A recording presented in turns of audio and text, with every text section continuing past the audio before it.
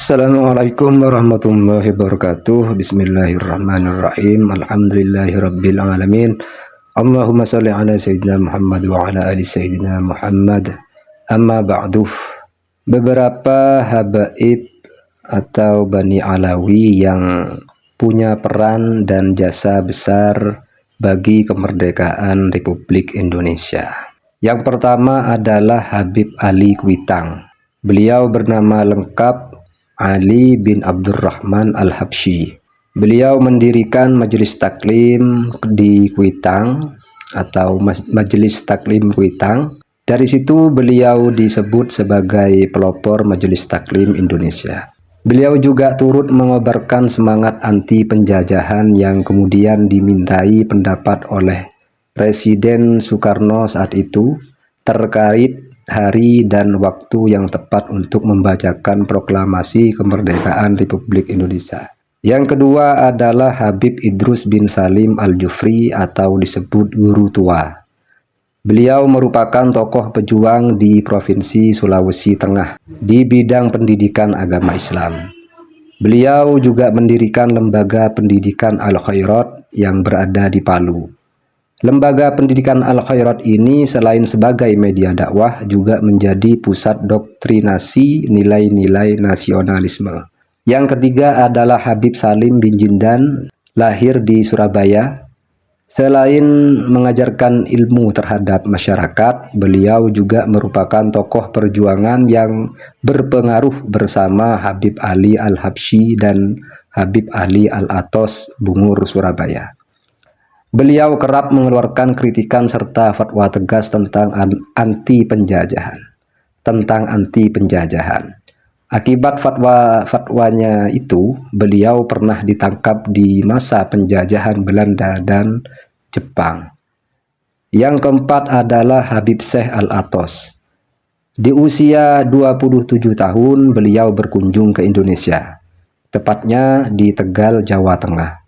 Beliau kemudian menjalin silaturahim dengan para ulama sesepuh dan pembesar setempat, serta para tokoh Alawiyin yang saat itu sudah banyak bermukim di Indonesia. Dari silaturahim itu, beliau menjadi tahu situasi di Indonesia yang tengah dijajah oleh Belanda. Beliau pun akhirnya ikut dalam berjuang melalui jalur dakwah sambil berniaga. Beliau berusaha mendorong dan menggalang kebersamaan dan kerukunan di antara kaum muslimin dalam bingkai roh kemanusiaan. Yang kelima adalah Sayyid Muhammad Hussein bin Salim bin Ahmad bin Salim bin Ahmad Al-Mutahar. Beliau merupakan seorang komponis musik Indonesia. Lagu ciptaannya yang masyhur adalah Himne Syukur dan Mars Hari Merdeka. Lagu ciptaannya Dirgahayu Indonesiaku menjadi lagu resmi hari ulang tahun Republik Indonesia, kemerdekaan Republik Indonesia ke-50. Beliau menjadi pegawai tinggi Sekretariat Negara di Yogyakarta pada tahun 1947. Dan puncaknya beliau ditunjuk menjadi Duta Besar Republik Indonesia untuk Vatikan pada tahun 1967 sampai 1973. Selain menjadi abdi negara, beliau juga aktif di kegiatan kepanduan. Beliau menjadi tokoh utama dalam peleburan semua gerakan kepanduan menjadi gerakan pramuka. Beliau pun menciptakan sejumlah lagu kepanduan, antara lain Gembira, Tepuk Tangan Silang-Silang, Mari Tepuk, Selamatlah, Jangan Putus Asa, Saat Berpisah, dan Himne Pramuka. Pada hari ulang tahun kemerdekaan Republik Indonesia ke-1 atau yang pertama, beliau mendapatkan tugas dari Presiden Soekarno untuk menyusun upacara pengibaran bendera merah putih 17 Agustus 1946.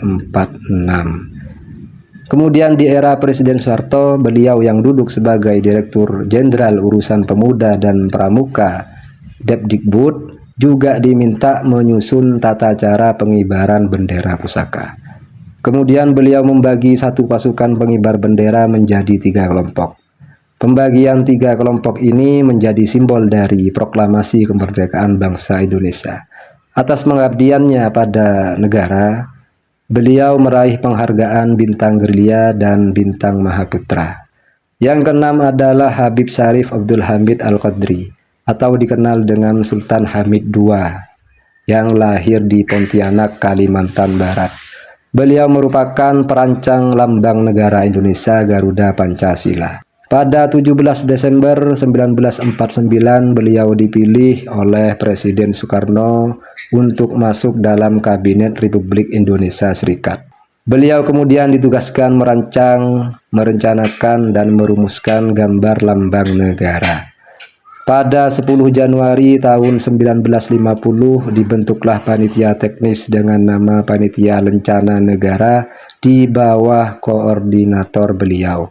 Yang ketuanya adalah Muhammad Yamin dan anggotanya adalah Ki Hajar Dewantoro, M.A. Pelaupesi, Muhammad Nasir, dan R.M. Ngabehi Purbajaraka. Panitia ini bertugas menyeleksi usulan rancangan lambang negara untuk dipilih dan diajukan kepada pemerintah. Dalam prosesnya muncul 2 rancangan lambang negara yang terbaik, yaitu karya beliau sendiri dan karya Bapak Muhammad Yamin. Namun pemerintah dan DPR akhirnya memilih rancangan beliau Habib Syarif Abdul Hamid atau Sultan Hamid II ini. Rancangan itu kemudian disempurnakan oleh beliau, Bapak Soekarno dan Bapak Muhammad Hatta dengan mengganti pita yang dicengkram Garuda. Dari semula pita merah putih menjadi pita putih dengan menambahkan semboyan Bhinneka Tunggal Ika. Rancangan lambang negara juga kembali disempurnakan dengan mempertimbangkan masukan dari banyak pihak sehingga tercipta bentuk Raja Wali yang menjadi Garuda Pancasila dan disingkat Garuda Pancasila.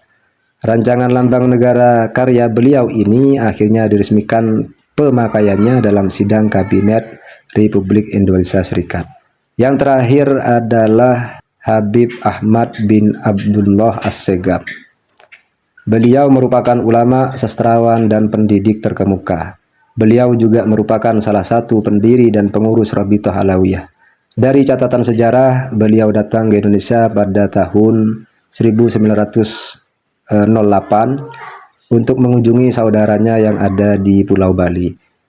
Kemudian beliau menetap di Indonesia dan mendirikan Yayasan Ar-Rabithah Al-Alawiyah yang bertujuan untuk memajukan bangsa Arab Hadromi baik secara jasmani maupun rohani. Kemudian untuk menguatkan tali persaudaraan antara golongan Sayyid dan orang Arab Hadromi lainnya, serta kegiatan-kegiatan sosial yang berada di masyarakat Indonesia.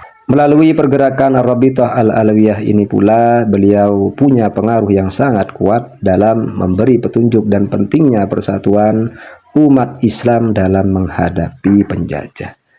Itulah beberapa habaib atau beberapa orang Bani Alawi yang punya peran dan punya jasa terhadap kemerdekaan Republik Indonesia.